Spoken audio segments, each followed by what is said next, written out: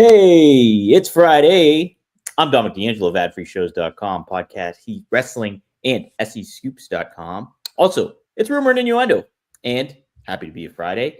I'm here with Mr. Robert Karpos, WD Creative _ish. Robert, there's a free library near me, and guess what book I found in it? What? Am I on the right show? Kelsey Grammer. So far. Oh, that's tremendous. By the way, probably one of the only books where you should go with the audiobook. Several hours of the dulcet tones of Mr. Kelsey Grammer. Dr. Fraser Crane has the foreword, actually. I just listened to the Michael J. Fox book about that he wrote about Back to the Future. And there's a tremendous anecdote where he talks about playing Johnny B. Good live twice. Once at MetLife Stadium. Yeah. Once in beautiful Gainesville, Florida at Kate's Fish Camp, a middle of the nowhere, hole in the wall, RV adjacent fish camp where, as a freshman, they did not care if you were drinking. Way back when, not now. Now they're super strict, let's assume. And I would never have partaken in anything under the age of 21. But hypothetically, theoretically, maybe. These are things that I have heard. In an alternate universe, so to speak. In an alternate universe, let's say hi to the folks joining us here. Ron Ward wants to know, where's my BLT? Again, much like Dom pulling out a Fraser Crane book. What? Throwing us a was up. You like BLTs? I love BLTs. Oh yeah, big time. I don't understand the appeal of a BLT. To me, it's like you're steps closer to getting to a burger. But like, where's the actual, like, bacon is a topping on burgers. It's like a light sandwich. It's a light sandwich. It's too light. I mean, like bacon grilled cheese all day, every day. Also not a big lettuce guy. I don't need it on sandwiches. Gets in the way. Do you like spinach? I like spinach. I do like spinach. Not on a sandwich. No, not a sandwich. The hell show is this? Cammy Star says, after morning, boys. Dom, let's not add to the count today. Okay. I've lost count. From what I understand, from what I have untangled from things I saw on the Facebook, Dom, who also is our producer over at Working Stiff, didn't post the Patreon that Scott Chaplin and I recorded about SmackDown.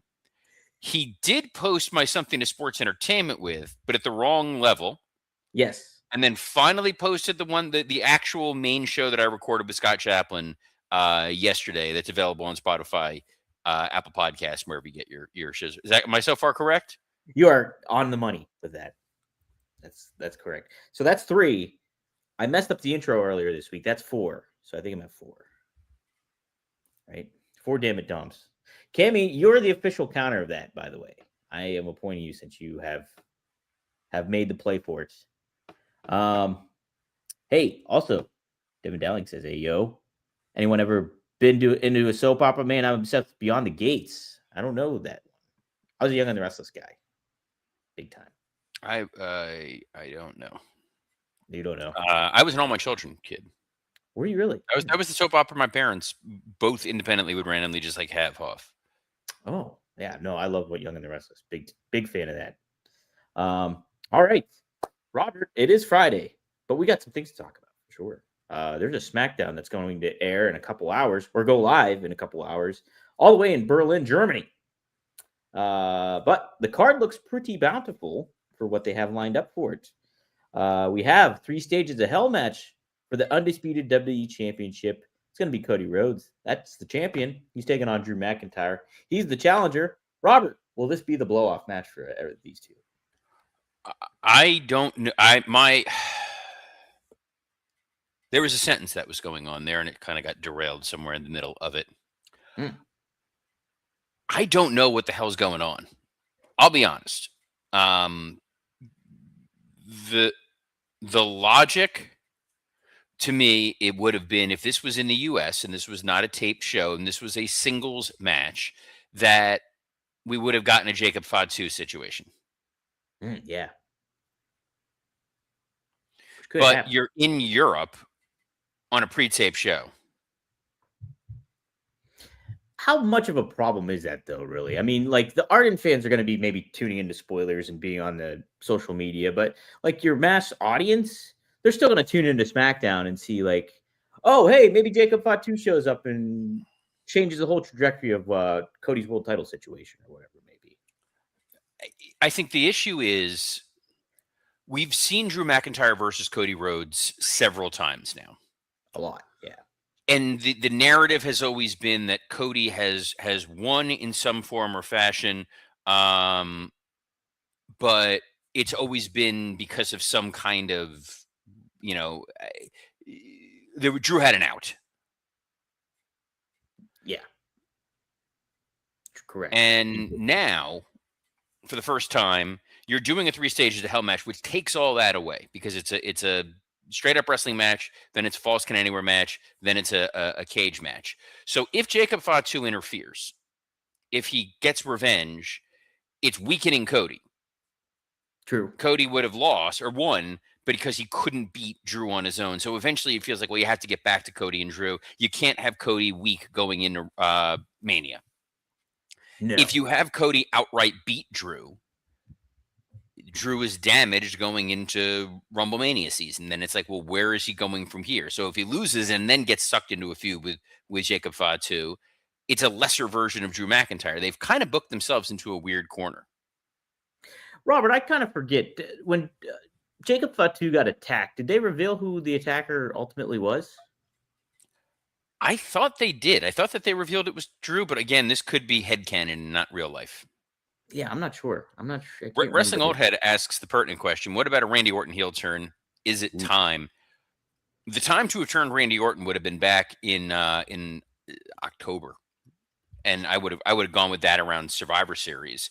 Randy was off TV for a little while. Now, to turn him so quickly toward with this close to WrestleMania, I think where Randy's value is at the moment is going into the Rumble. This narrative that Randy Orton, Sami Zayn, Trick Williams, Drew McIntyre, everybody's coming after Cody. They all want to be world champion. I think that is the compelling story for Orton. An outright Randy Orton heel turn, which deserves a lot of time, would be curtailed because we're most likely getting Cody and Roman. You think so? Do you think so? Yes, I do, because you have to look at what's going to be the biggest name on the poster. What's going to be the biggest match for, when I say mainstream, I don't mean mainstream wrestling fan. I mean the mainstream audience, the people who have knowledge of wrestling and still call it WWF and still think Hulk Hogan is there. These are the kinds of folks that are beyond a casual fan. In football, these are the ones who like, well, I know who Travis Kelce is because he's dating Taylor Swift, but I don't know anything else about football. Yeah. They know who Roman Reigns is. They, in theory, know who Cody Rhodes is. So you put those two on a poster, people are going to go, oh, I have a passing knowledge of those two people. That makes sense that would be headlining their Super Bowl. Same way on the other side, I'm worried they're going to go with CM Punk and Brock Lesnar because that's the other two big names that you put on a poster and go, oh, I've heard of Brock Lesnar. I've heard of CM Punk. Maybe I'll do the ESPN subscription and try. This is the first WrestleMania on ESPN. Mm-hmm. So they need to get that when you have that little bug in the corner, that little lower third icon that they're going to be promoting this, you need a super casual fan, someone who maybe they're watching Netflix now and they go, oh man, I watched a Royal Rumble. I forgot how fun this wrestling crap is. Hey, what's going on for WrestleMania? Oh, it's CM Punk. I heard of him. Oh, Brock Lesnar. Cool. Cody and Roman. Great. That's their floor to ceiling of a hotel in Las Vegas kind of matches. Anything short of that, TKO is going to be a little nervous. They want to not only get a big return on investment on their own, they want to show ESPN, look, we're blowing this thing out of the water. So it feels like if Roman has to face somebody, Roman Reigns versus Cody Rhodes 3 is the most compelling story that they can tell, simply because, number one, Roman retained against Cody the first time, lost to Cody, and since losing to Cody, everything's kind of fallen off the wagon for him. He lost Paul Heyman. He's lost the bloodline. He's been essentially a relegated part-timer. He's been kind of lost in the shuffle. So it's Cody as the incumbent trying to retain against Roman. Roman Reigns versus CM Punk, the problem there is, what the hell is your crowd going to do? You can rehab Cody in a couple of different ways. Cody can turn heel, he can win, he can lose. You got more time with him. Punk, you don't have that much more time with him. And to tell the CM Punk Roman Reigns story, number one, I think the story is not that compelling. Number Mhm. two, I think the match that would be a very rough 20-something minute match. Brock Lesnar flinging around Cody, flinging around CM Punk, the Paul Heyman of it, the one of these guys left to go to the UFC and became a legend. One of these guys left to go to the UFC and couldn't get it done. In Paul Heyman, you have someone who can stand in Brock Lesnar's corner while also trying to appeal to the Vision, which I think is Mhm. an interesting little story right there, while also kind of somewhat shoehorning what originally the story felt like for WrestleMania this year, which was revisiting Ghosts of the Past, which was Seth Rollins and Roman Reigns. Now it's the battle of Paul Heyman guys on one side of the ledger, and on the other side, it's an established main event going to a third rematch. I could subscribe to that. I just don't like some of that aspect is after the fact. Whatever the outcome is with Cody versus Roman, like Cody is certainly he's like the face of the company now, but it does seem like he's kind of veering away from that. Like if you consider some of the stuff he's been doing in Hollywood and other aspects like that, how much more length does he have even as a champion moving forward as this full-time steady Eddie moving forward after this? And you're certainly not going to get that with Roman. I think so the outcome might be a little not only predictable, but what's next after that? After you have Cody versus Roman. I don't I see where you're going for. Absolutely. Like the third match of those guys makes sense. But I don't know after the fact is where my question comes into play. I think post Mania this year, we're going to get a fairly experimental WWE. Okay. I think that right now we are absolutely feeling pressure we have to deliver for ESPN, we have to deliver for Netflix, we have to deliver for TKO, we have to go with the established names and focus on the pivot. Mm-hmm. What WWE looks like in January is not what WWE is going to look like in August. I think that Braun Breaker is going to be more of an established top tier guy. I think Obafemi is going to be more of an established top tier guy over on the Raw side. On SmackDown, Jacob Fatu is going to be someone you can ride with front and center as one of your top folks. Solo is a guy who has proven that he can be a very reliable upper mid card, near main event level kind of guy with a 3-hour SmackDown.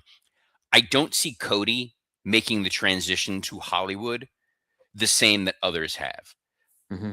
He has a ceiling. We have yet to see him demonstrate any sort of acting charisma outside of professional wrestling. I was literally just talking about this earlier today with Mike Lawrence Oh, of Working Stiff, since he's working on he's on the writing staff for the Golden Globes. yeah, yeah. So we've been talking about Marty Supreme and talking about Timothy Chalamet and how well Chalamet did on Cody's podcast. But then my best friend Eric sent me a clip of Macho Man Randy Savage during a baseball game, in character, doing a little bit of analysis for about 30 seconds. And it was Oh, great because he's a baseball guy. You right. know that he's someone who can talk baseball, could play baseball, was a hell of a star. But he did it in character. Yeah. And it was fantastic. It was like, oh yeah, he made the tag, he got to the bag, and you're like, oh, this is tremendous. Guys don't do that now. And I said, when Cody went on College Game Day, he was very prepared, he was very polished, he was very professional, he was in a suit. If you tuned in, you didn't know that guy is a pro wrestler. He Sure. just seemed like a presence. You don't get folks in character anymore doing that. And I think you lose a little bit of it from wrestling. With Cody, there is still a little bit of the wrestling to him. He's overly polished the way John Cena is, but when you try to have him inhabit another character, it still just feels like Cody the wrestler. Plus, any acting gig he winds up in, you gotta cover the dumbass neck tattoo. And that is a genuine, legitimate hindrance. That's not just being snarky. Do you think it is in today's world though? There's a lot of Yes. people with tattoos and everything. There's a lot of people with tattoos, but if you're going to cast Cody in a movie, you now need to factor in, all right, we got to cover up this neck tattoo. So he can't go and do an indie. He Hmm. can't go and do a low cost movie. It's going to increase your budget in some capacity because you got to cover up Fair point. the neck tattoo. He's also a dude who he's held himself out as saying, "I'm QB1. I'm the guy who's in this for the wrestling." It's why I love Braun Breaker. Braun Breaker is a dude who has no aspirations beyond I just want to be the best at the pro wrestling. And when you know you have a guy who's got 1 foot in, 1 foot out, you don't lean on him. I don't see Drew McIntyre ever leaving WWE. I think he's a guy who, in a perfect world, it would have worked out for him in that babyface push, but pandemic was what it was. Hmm. I think he's absolutely incredible. I think Jacob Fatu, who I think of as an established veteran in my mind because I've worked with him for so many Yeah, years. He's 33. that's crazy. Like That's there is crazy, isn't it? like Wrestling Old Head says Sami Zayn is a lifer. Sami Zayn's a lifer, but Sami Zayn's tenure, he doesn't have that much more time left Yeah, on the clock. Maybe there's another 5 years out of Sami Zayn where he's able to really deliver at a high level. Like not everybody can be AJ Styles. Not right. everybody can be Rey Mysterio. So when you're looking at where the WWE is going to go post Mania, it's who are the guys that are still going to be there? Punk, it's like mentally he would love to. Physically, we all know one wrong step, one wrong move, one wrong whatever, Punk's going to be on the shelf for an extended period of time. Seth Rollins, how many times have they tried to really get behind him in earnest, and he has wound up getting injured or something, and they had to change plans? Like Sure. he's a dude who mentally wants to do it. Physically, I'd be a little concerned. Um, it's gonna be strange, but I think this three stages of hell situation today, it's gonna be very telling. Because if you just beat Drew outright, you're like, okay, we're kicking up our heels until Mania, and then it's who wins Rumble, and they're gonna go face Cody. Right, right. Yeah, I'm like I. That's certainly a clear cut kind of card that you have set up for WrestleMania for your top matches. I'm still curious. There's still just a lot of intrigue behind. Is that what the route they'll take? Will they take the predictable route and the mainstream route, so to speak, or will they make Well, some you pivots? can't. I don't think they can gamble. I think AEW can gamble, and I think that's why I get a little frustrated with AEW that they can take certain swings WWE can't. Mhm. WWE of old, if it's January and Mania is in April, you could have 3 title changes between January and April, Yeah. and nobody bats an eyelash. Like eventually, you get where you go. Now we're in an era of long title reigns that Hmm. means something. That if Cody were to lose the title today, I know that the show takes place in like an hour and a half or whatever it is. It Right. starts. Yeah. Um, if Cody loses the title today, they go, man, he just won it at SummerSlam. What a short title reign. It's crazy. That is crazy to think. And then if he wins it back, he's now a 3-time champion in a year and a half span. Which is also nuts to think. It's a little kooky, but also, I mean, Punk won the title twice last year. Hmm. You've still got Gunther who's floating around out there with nothing to do. Boy, that's another thing. I mean, like you put Gunther to defeat John Cena, and he doesn't really have a huge viable dance partner for this juncture at WrestleMania. If that's the card you're going with, that they go with that you laid out. I tried to do the fantasy booking thing of I wanted to see chaos coming out of Netflix's Raw anniversary. I wanted it to be a long-term story. Let's make it count. Get rid of this version of CM Punk that's very commercial, that's very corporate, and get to what makes that guy work, which is he's the outsider who hates everyone, and build a very personal program with him and Braun Breaker, and then just do Gunther and Brock Lesnar. And Yeah. then that to me frees up night one of WrestleMania, a women's match. Hmm. But Yeah. there's you need a compelling story in the women's division, and right now there ain't one. Rhea and Io as tag champs, we bagged on it this week. Of there's higher and better uses for one or two of them. I think their Hmm. triple threat match in Mania last year was our second or third favorite match of the year. It was Yeah. Yeah. absolutely remarkable. I shortchanged it just because I was there live and haven't gone back and rewatched it and saw what it looked like in full presentation. you can get Liv Morgan up to near the top of the card. I don't know that Liv Morgan main eventing is where they're at right now, unless there really is a major story on SmackDown. I don't trust Jade Cargill for more than 3 minutes, and clearly they don't, because her matches have been non-existent. Her character has been wearing a title over her shoulder and saying that she is that bitch. The hope is Bianca Belair can get healthy and she'll return and be in ring shape to headline a show. But then it's fine. Like, Becky is now the Intercontinental Champion, so maybe her and AJ, but that's not a main event kind of match. It's very, very tough. They have a lot of really talented women. They're all just kind of there right now. They have not had a women's match main event a night of WrestleMania in a couple of years, which I think is a crime. That triple threat really should have been a main event match. Should have been one of them. Should have been one of them. And if you're not going to go with a women's match, you need a compelling main event match. So to me, you've got 4 huge names, the guys that are sitting around. I think those are the 4 guys in the commercial, aren't they? Yeah, basically. I didn't even think of that, but like, those are the 4 guys in the commercial. So you're not putting Brock Lesnar in a random mid-card match against Jey Uso. This isn't remember the one year where it was him versus Dean Ambrose? Oh my God. They just did that match and it was like, wait, what? Oh my God, I forgot about that one. Yeah. Don't forget, there's also it's crazy. They may need a space for Chris Jericho. It's true. Dude, WWE is in a very odd place right now. They have the talent, it's just a matter of utilizing them. And I know, breaking news, there's another talent that they're going to have for quite some time, Dom. Yeah, speaking of maybe long term, here we got Logan Paul.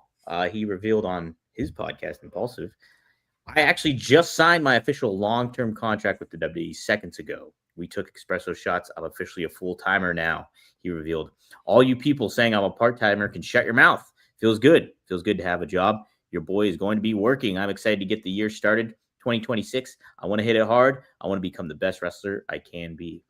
This only speaks to not only Logan Paul's passion, but like good long-term stuff for WWE, I think, in this regard, because Logan Paul is, I would argue, top 3 heel in wrestling right now for me.